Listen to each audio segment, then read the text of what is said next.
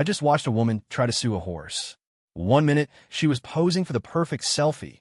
Next thing you know, she's on the ground dialing 911 in London. Karen was the kind of tourist who made locals exchange weary glances and silently brace themselves. The kind who traveled not to experience culture, but to impose her own. She had already left a trail of exasperated waitstaff, confused shopkeepers, and one very bewildered cab driver in her wake. And now, standing in front of the famous horse guards in London, she saw yet another opportunity to assert her unique brand of privilege. Dressed in a loud, floral print blouse that could be seen from space and a sun visor that made her look like she was about to coach a suburban soccer team, Karen marched straight past a group of onlookers admiring the sight with quiet reverence. The towering, immaculately dressed royal guard sat on his horse, stoic as ever, a symbol of unwavering discipline. The horse, a majestic, muscular black beauty, stood perfectly still, well-trained and accustomed to the bustling crowds. But Karen didn't see history. She didn't see tradition. What she saw was content. "Oh my God, this is perfect," she muttered, clutching her phone and adjusting her sunglasses. She turned to her weary husband, Greg, who had the expression of a man whose soul had long since fled his body.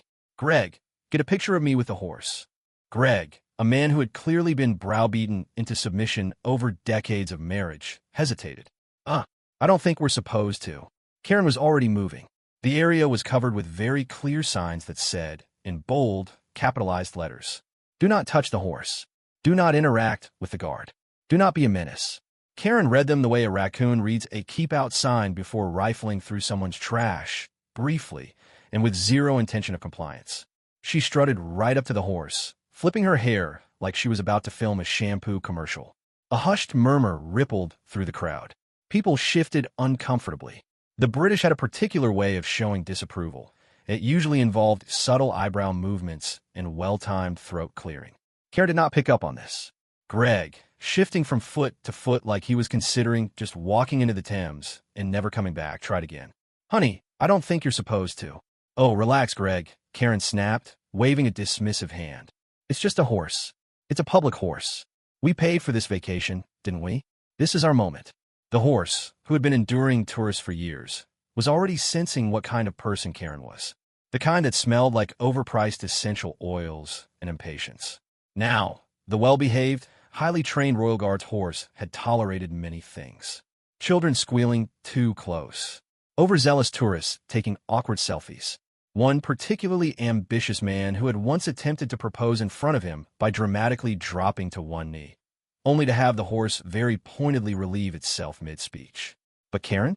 Karen grabbed its reins. It happened in slow motion. The exact moment she reached out and wrapped her fingers around the leather, the entire energy shifted. The murmurs from the crowd turned to gasps. Greg's face drained of color.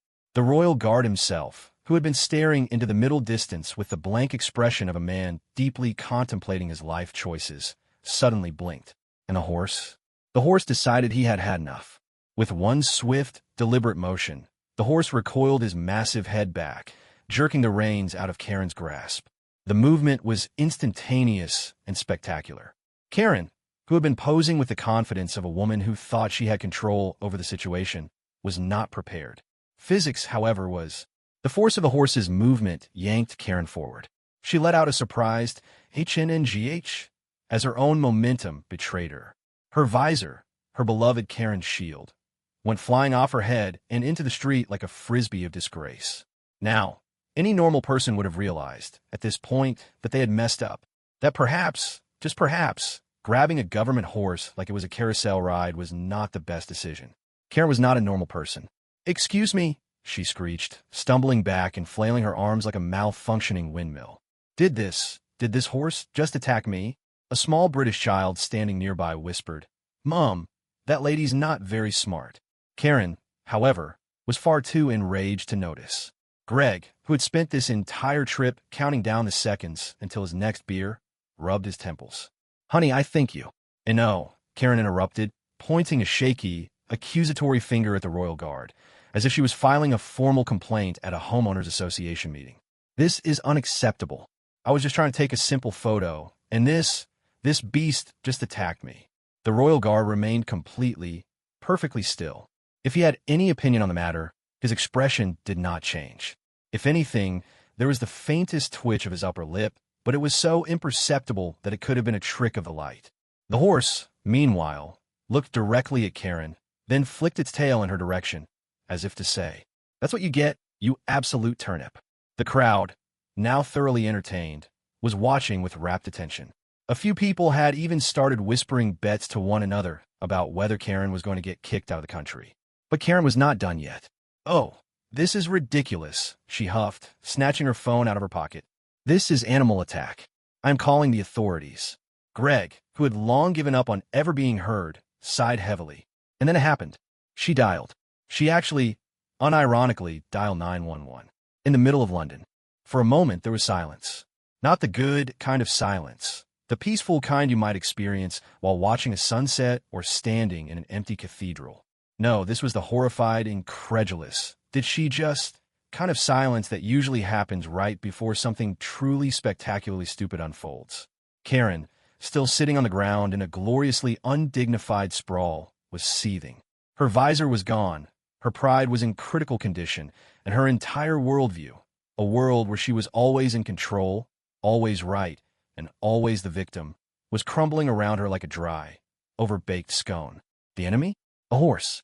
A government-employed, highly trained, zero-nonsense British Royal Guard horse. The crowd, which had been a mixture of amused and mildly horrified tourists, was now fully invested. Some were holding their phones, not filming, just ready in case things escalated. Others were whispering to each other in that uniquely British way, just loud enough for everyone except Karen to hear. Greg, who had been through countless public incidents with his wife, knew what was coming next. And oh, it was going to be so much worse than the horse situation. Karen gritted her teeth, bracing her hands against the ground like a fallen warrior about to rise for one last battle. "This is absolutely unacceptable," she growled, pushing herself up. The horse flicked its tail at her again. Karen whipped her head around like she'd just been personally insulted. "Oh, you think you're funny?" she bellowed at the literal horse. The horse, having lived through years of nonsense, ignored her. Greg, whose soul was slowly leaving his body, attempted the one strategy that had kept him alive for 20 years of marriage: damage control. "Honey," he muttered, cautiously stepping closer. "Maybe we should just—" But it was already too late. Karen's hand shot into her purse, like a gunslinger reaching for a revolver. She pulled out her phone with the urgency of someone about to make the most important call of their life. The crowd, sensing incoming gold-tier stupidity, leaned in. And then, with all the righteous fury of a woman who had once demanded a refund at a Starbucks because her pumpkin spice latte tasted too autumnal, she dialed 911 in the middle of London.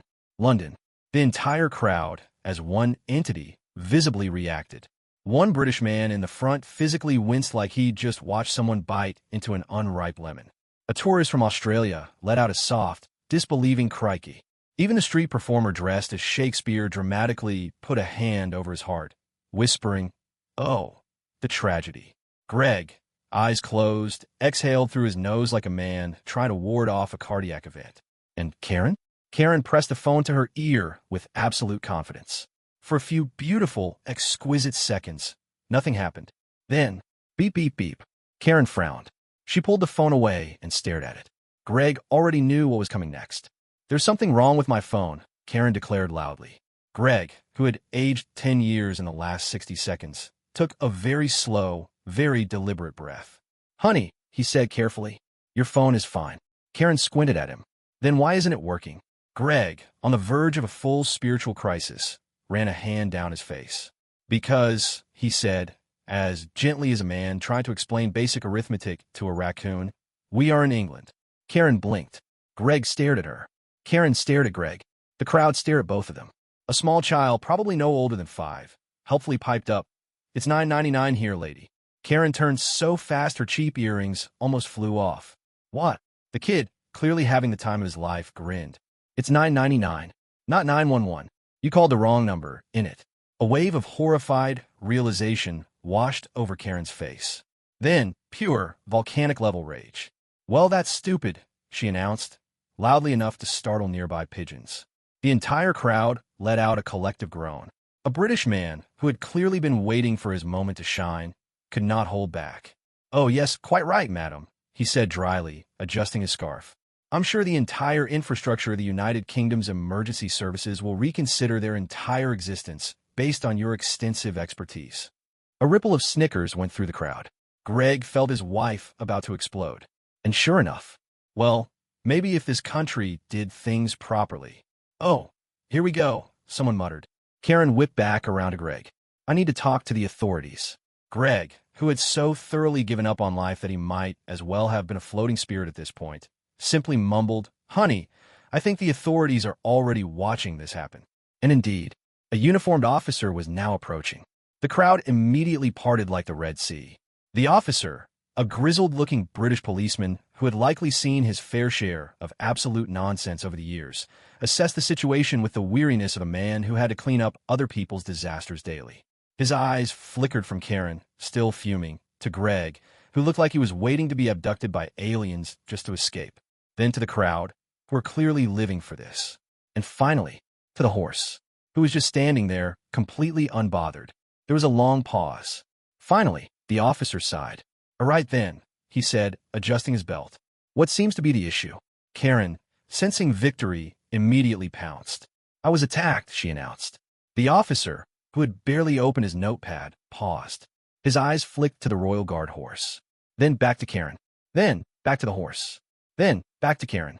And he said, slowly, as if deeply, deeply regretting asking, Attacked by what, madam? Karen, now seething, flung her arms dramatically toward the horse. By this thing. The crowd erupted into muffled laughter. The officer, blinking very slowly, turned to look at the completely still, completely professional horse. Then back to Karen. Then back to the horse. Then back to Karen. And after a long, weary sigh, he closed his notepad. For a moment, there was only silence. Not the good kind, like the silence before an orchestra swells to life.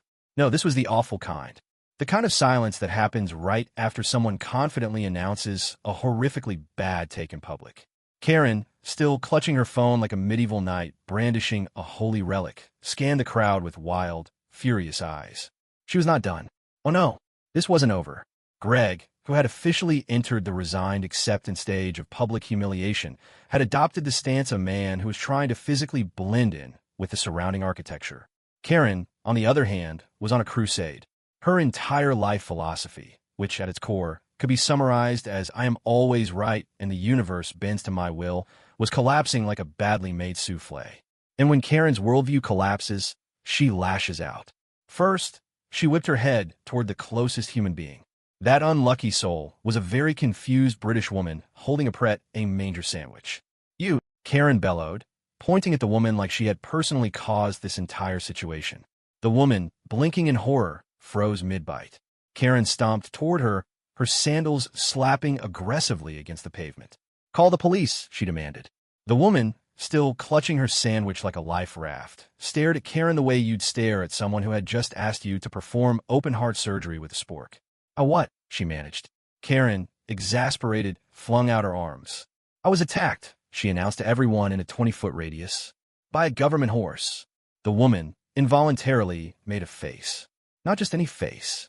It was the face of someone who had just heard the dumbest thing they would ever hear in their entire lifetime.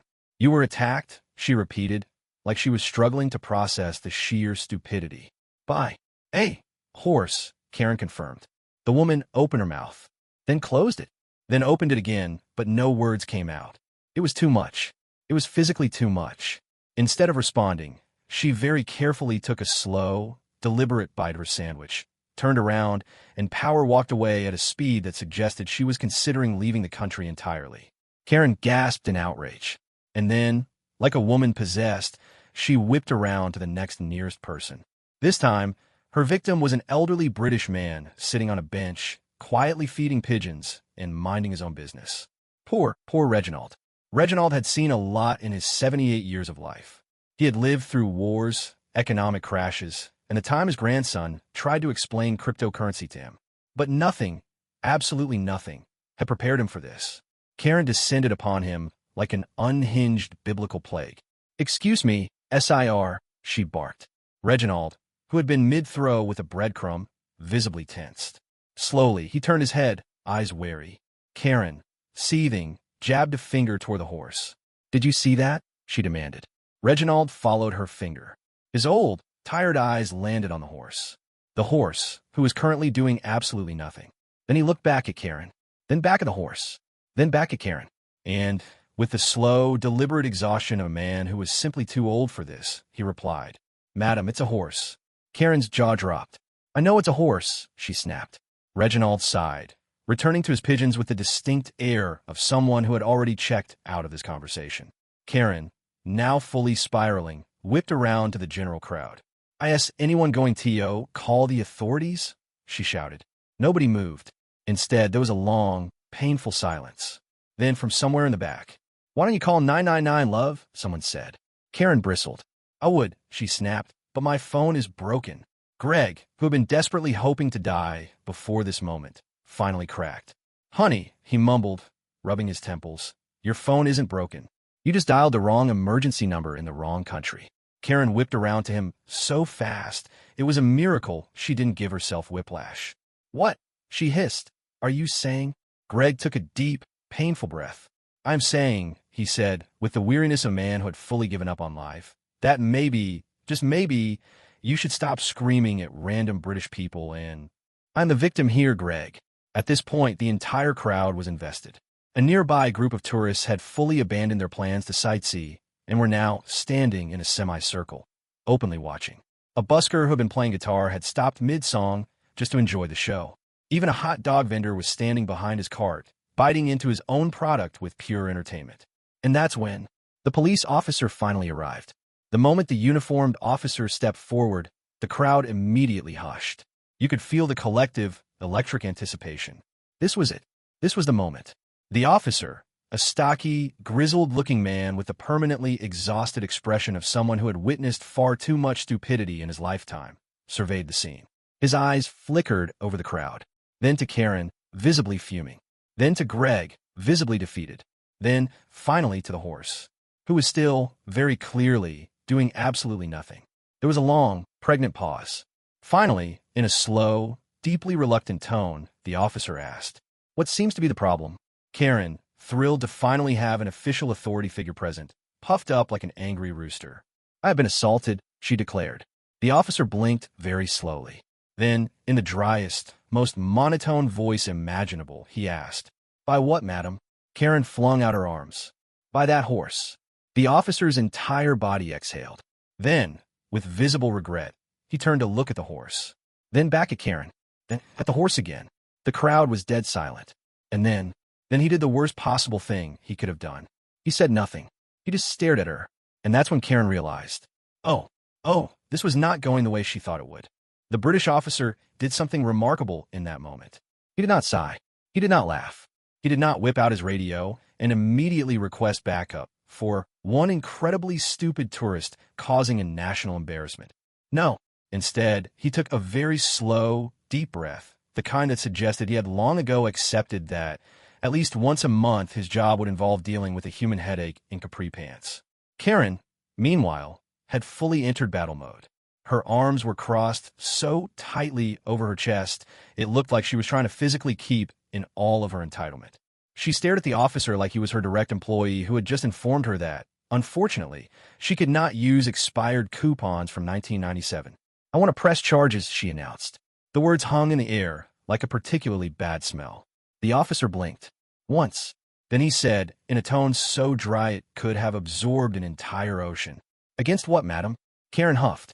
"The horse, obviously." That did it. That was the moment the British crowd completely lost it. A suppressed giggle escaped from somewhere in the back.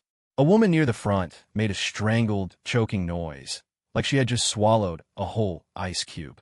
Even Greg, who had spent the last 10 minutes actively wishing for the earth to swallow him whole, finally broke. His entire body sagged forward, shoulders shaking. Karen ignored all of it. Her eyes were locked onto the officer, waiting for his confirmation that, yes, of course, she would have her sweet, righteous justice. Instead, the officer just stared at her. The crowd held its breath. Then, in a slow, deliberate tone, the officer said, "Madam, it's a horse." Karen bristled. "I'm aware," she said, her voice rising. The officer rubbed his temples. "I see," he said, though his entire expression suggested he did not, in fact, see it all. There was a pause. A long, painful, deeply British pause. Then, finally, the officer asked, "And how, precisely, do you propose we handle this legal matter?" Karen did not hesitate. "I want her arrested." This time, the crowd couldn't hold it in. A young man in the back snorted so hard he sounded like an untuned trumpet. Someone else let out a wheeze laugh so violently they nearly dropped their drink. Even the officer, who had, up until now, remained professionally stoic, made a noise that sounded suspiciously like a strangled chuckle. But Karen was not laughing. She was doubling down. "You should be taking this seriously," she shrieked, gesturing wildly at the horse. The officer, who was trying very, very hard not to openly burst into laughter, cleared his throat. "Madam," he said, carefully, "the horse is a member of the King's Guard. It is a working government horse." "I know that," Karen snapped. The officer raised an eyebrow. "Do you?" he asked. Karen ignored that. "What I want to know," she said, hands on her hips, "is what kind of punishment this," she gestured violently at the completely unfazed horse, "will be receiving."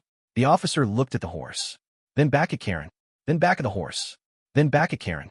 "Punishment," he echoed, as though he could not believe he was having this conversation. "Yes," Karen snapped. "I want to know what consequences there will be for this attack." The officer paused for a moment. Then, slowly he said, "Madam, if you are genuinely suggesting that a Royal Guard horse be arrested and charged for existing, then I'm afraid I must inform you that." And this was it. This was the moment. The moment he had to physically stop himself from laughing. His entire face twitched. He actually had to look away for a second, breathing deeply, before continuing. "I'm afraid I must inform you that legally, the horse is in the right." Karen sputtered. "What?" The officer nodded. "Correct. You see, madam," he continued, in a tone so professionally polite it somehow became an insult. "As a member of the King's Guard, this horse is considered a working government asset." Karen narrowed her eyes. "And?" she snapped. "And," the officer continued, ignoring her tone entirely, "the signs posted everywhere explicitly state that members of the public are not to touch, disturb, or otherwise interfere with said horse." Karen's eyes twitched. "So what you're saying," she said slowly, "is that a horse just gets to what? Assault tourists?" The officer's lip twitched. "I wouldn't quite call an assault, madam," he said. Karen threw up her hands. "Well, I do." The officer pressed on. "And if you do, madam, then I am legally required to inform you that, should you wish to escalate this matter formally, you may be subject to an official fine for violating the rules of conduct regarding Royal Guard animals." Karen froze. "Excuse me?" The officer gave her a tight, professional smile. "Correct," he said. "Should you wish to file an official complaint, you would be admitting to having violated Royal Guard conduct laws, meaning you could be fined up to—" He paused, then glanced at Greg. "Sir, do you have a calculator?" Greg, who had never felt such relief in his entire life, lit up like a Christmas tree. "Sure do." "Officer," he said, happily pulling out his phone. "Let's do some quick math, shall we?" Karen whirled on him. "Greg, I swear to God." But it was too late. Greg had officially switched sides, and for the first time all day, he was smiling. At first, it was just a few chuckles, a couple of suppressed snorts from the edges of the crowd, the kind of laughter that bubbles up when someone witnesses a world-class display of stupidity but isn't quite sure if it's socially acceptable to laugh yet. But then, as Karen's meltdown reached new levels of absurdity, the dam broke. And the British public did what the British public does best. They roasted the absolute hell out of her. It started with a tall man in a tweed jacket who had been watching the whole disaster unfold with the delighted expression of a man who had just been gifted the greatest free entertainment of his life. He cupped his hands around his mouth and, in a loud, exaggerated voice, said, "Hello, 911. Yes, I'd like to report a case of extreme stupidity." The crowd exploded. A group of young guys near the back absolutely lost it, wheezing into each other's shoulders. A woman in a bright yellow coat actually clutched her stomach, as if she had been physically wounded by how funny it was. Even the officer, who had, up until now, remained a beacon of stoicism, had to turn away slightly, his lips pressed together so tightly they nearly disappeared. Karen, meanwhile, whipped around, her face going full tomato mode. "Who said that?" she demanded, scanning the crowd. But it was too late. The floodgates were wide open. A young woman, who had been filming for her own personal amusement, suddenly gasped, as if struck with divine inspiration. She handed her phone to her friend, and, with a level of commitment that deserved an award, she dropped to the pavement and threw herself backward in slow motion. "Oh, no," she wailed, flailing dramatically. She landed on the ground with a loud, theatrical OOF before staring up at the sky in exaggerated horror. The crowd howled. Someone pretended to call an ambulance. A guy in sunglasses rushed over and mimed doing CPR. Another guy stomped one foot like a horse, then let out a truly unhinged neigh. It was pure chaos. Karen was vibrating with rage. "This is harassment," she shrieked. A man near the front, who had clearly been waiting his entire life for a moment like this, immediately shot back. "No, madam, this is harassment." Then he proceeded to imitate her voice perfectly. "Oh, help! I've been attacked. Someone call 911 in this country where that is not a thing." The crowd absolutely lost it. Even Greg, who had spent the entire trip mentally divorcing himself, had to bend over with laughter, his hands on his knees. Karen looked like she was about to have an aneurysm. And then, it got even worse. In a twist no one could have predicted, a man in full Shakespearean garb stepped forward. He had clearly been doing street performances nearby, but something about this insane tourist showdown had called to him. Without missing a beat, he flourished his feathered hat, struck a dramatic pose, and boomed. "Oh, what folly is this? A lady so stricken with woe fell not by blade nor beast, nay, but by thine own arrogance." The crowd roared.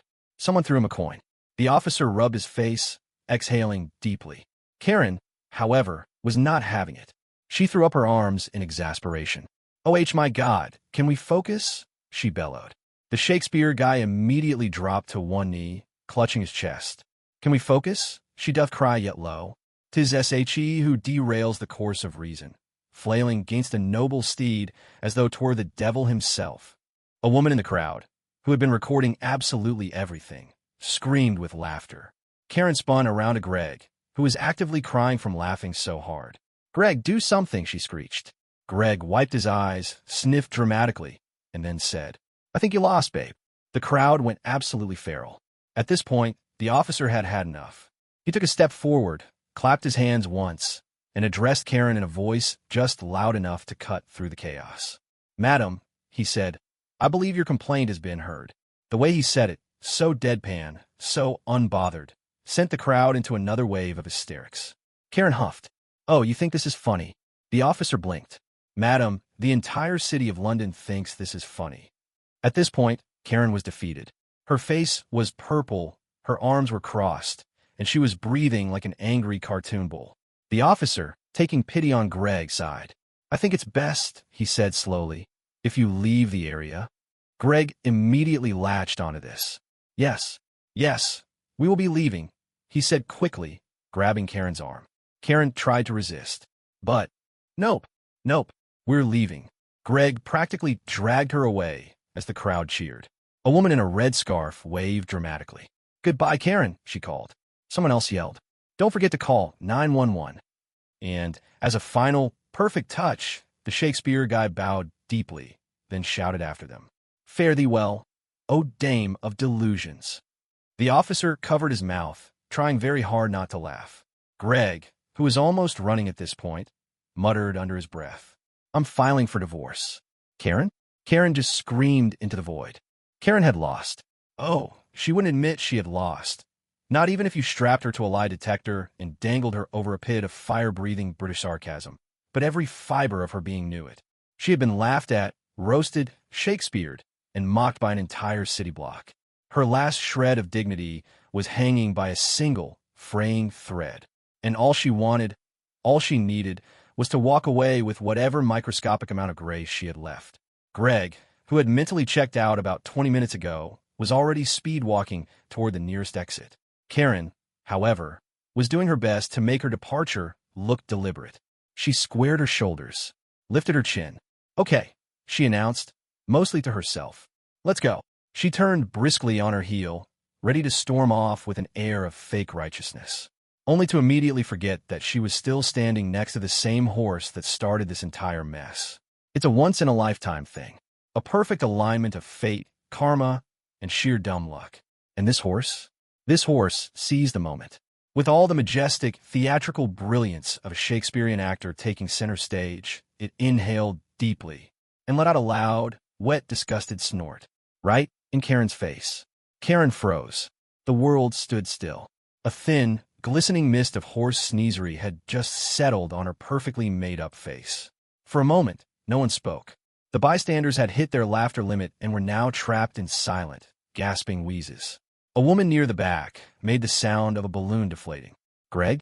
Greg stared blankly ahead, his soul visibly leaving his body. And Karen?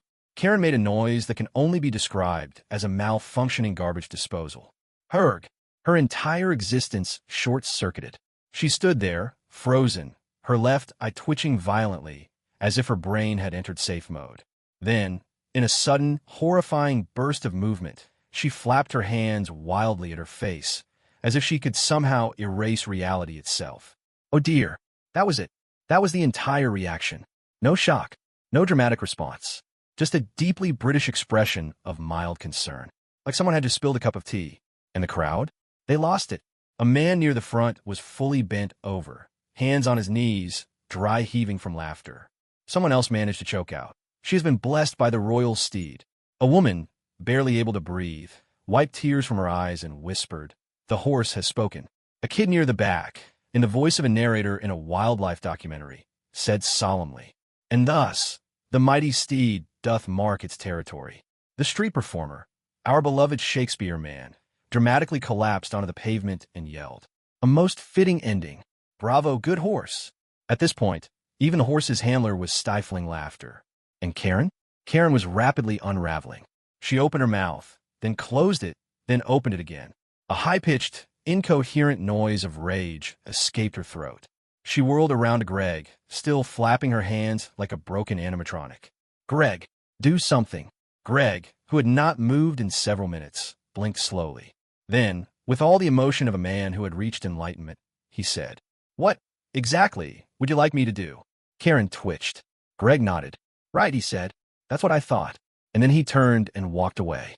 Without her, Karen let out a strangled screech, stomped her foot like a defiant toddler, and then, without another word, spun around and stormed off. Not dignified, not graceful, just a furious, horse-knot-covered march of shame. The crowd, being the absolute legends they were, gave her a standing ovation. Actual clapping, as if they had just witnessed a 5-star performance at the Royal Opera House. Karen, face burning, walked faster. Greg, still walking at a deliberate, casual pace, called after her, "Don't forget to call 911. The crowd erupted. Even the horse, as if sensing the perfect final moment, stomped a single hoof. And with that, Karen was gone. For years, this story would be told.